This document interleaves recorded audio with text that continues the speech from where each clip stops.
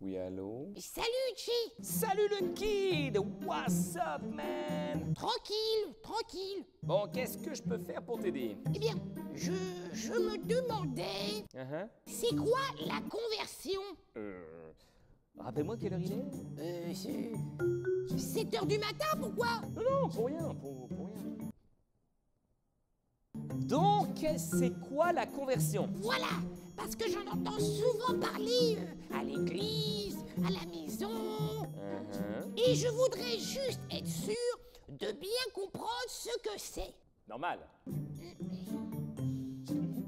Ouais.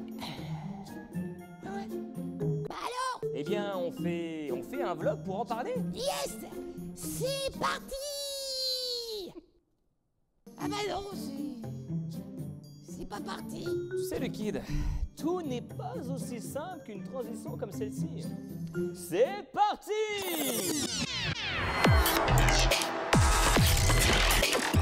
Hey, hey! Je me demande vraiment parfois c'est qui l'enfant entre nous deux. Tant qu'à parler de conversion, autant parler de l'histoire biblique la plus connue à ce sujet. Bref, celle de l'apôtre Paul, qui d'ailleurs au départ n'était ni apôtre, ni Paul. J'avoue que dit de même, ça fait un petit peu bizarre. En fait, et au début de son histoire, Paul était appelé Saul de Tarse. Pas du poisson, Diego. Saul comme le prénom Saul. Un juif, citoyen romain, qui fut enseigné dans la Torah. La loi juive. Ni plus ni moins par le grand maître Gargamel. Hein? Gamaliel, et qui devint finalement un pharisien farouche de la cause de Dieu. C'est mieux. Bref, un juif très religieux, même très religieux, appliqué à respecter en tout point la loi divine et fervent défenseur de celle-ci. Particulièrement face à tous ceux et celles susceptibles de la remettre en question ou tout simplement de l'interpréter différemment. Par exemple, surtout à ce moment-ci de l'histoire, les premiers chrétiens. Disciples de Jésus-Christ. Ah ouais, non, ceux-là, Saul, il pouvait pas les blairer. Et pas juste un peu, hein, voyez-vous, c'est pas du tout. Pourquoi? Parce que ces fameux chrétiens répandaient, mais partout la nouvelle, que le Dieu d'Abraham, d'Isaac et de Jacob, le Dieu créateur de l'univers, celui qu'on ne peut ni saisir ni comprendre, l'insondable, le Saint des Saints, que ce Dieu-là, en qui Saul croyait et pour qui il avait consacré sa vie, était devenu un homme qui en réalité était le Messie tant attendu par les Juifs, 100% homme et 100% Dieu. Bien loin de l'image à laquelle tous s'attendaient. Un Messie non pas venu libérer son peuple des méchants romains. Non, un Messie venu libérer son peuple, venu nous libérer de la mort et du péché en mourant sur une croix. Mort, oui, mais pas que, puisque ce Messie Jésus-Christ est ressuscité le 3e jour, que ce Sauveur, retourné auprès du Père dans son ciel, vivait encore parmi nous aujourd'hui par son esprit répandu dans nos cœurs. Waouh! Ah ça oui, waouh! Waouh! Yes! Mais pas pour Saul. Non, lui, c'était plus... Jésus. Wow! Vietnam! Tuons-les tous!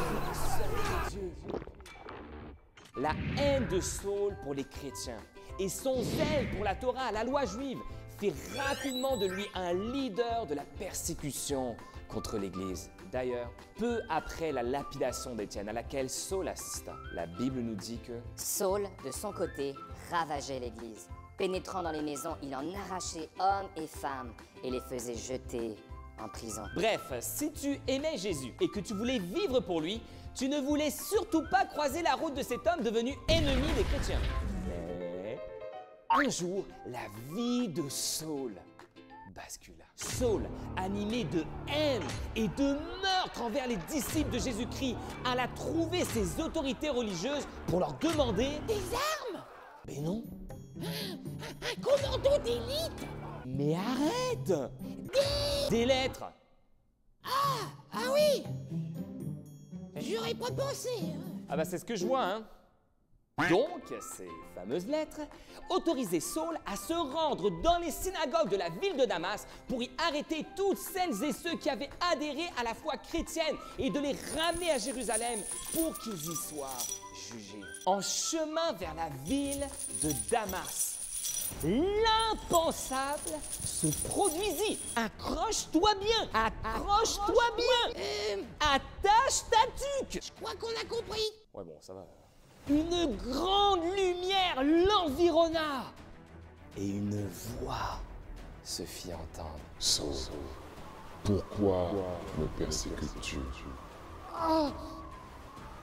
Qui es-tu, Seigneur? Je suis Jésus que tu persécutes. Seigneur, que veux-tu que je fasse?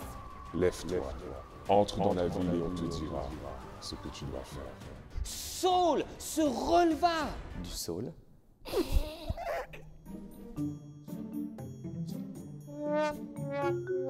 Mais à sa grande surprise et celle de tous ceux qui l'accompagnaient, Saul ne voyait plus rien, même les yeux grands ouverts.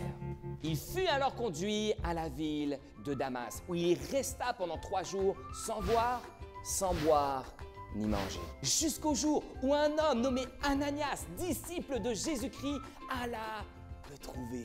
Cet homme avait reçu de Jésus une vision lui demandant d'aller trouver Saul. Et de son côté, Saul avait reçu une vision que Ananias viendrait le trouver.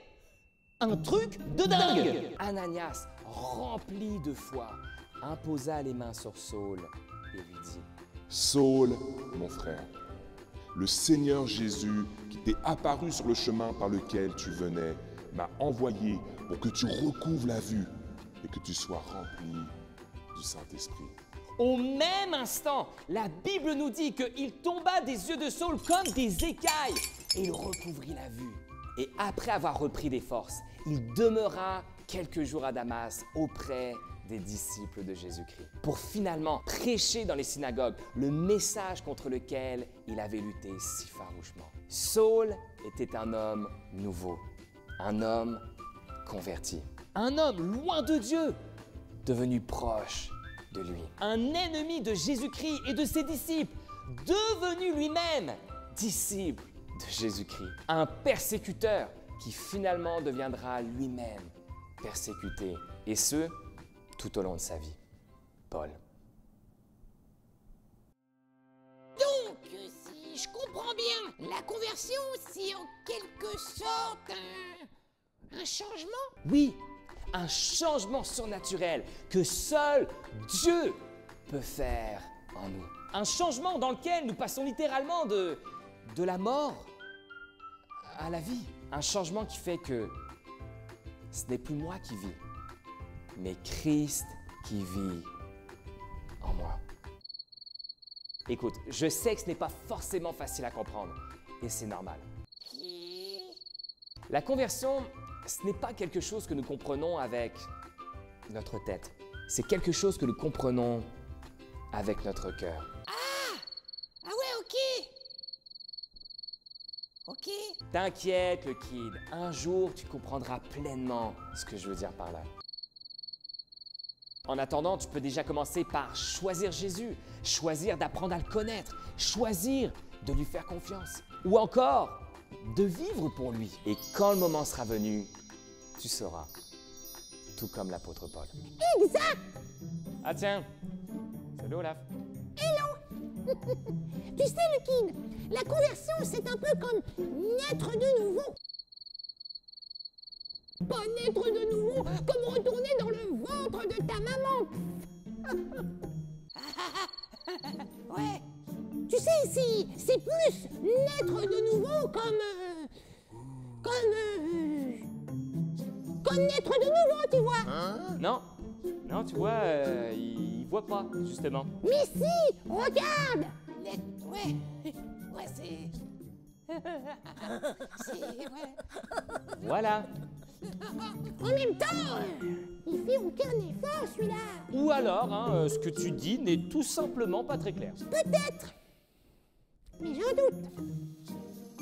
À la semaine prochaine. C'est Paul, le malin, avec moi, ok? Paul, comme l'apôtre Paul.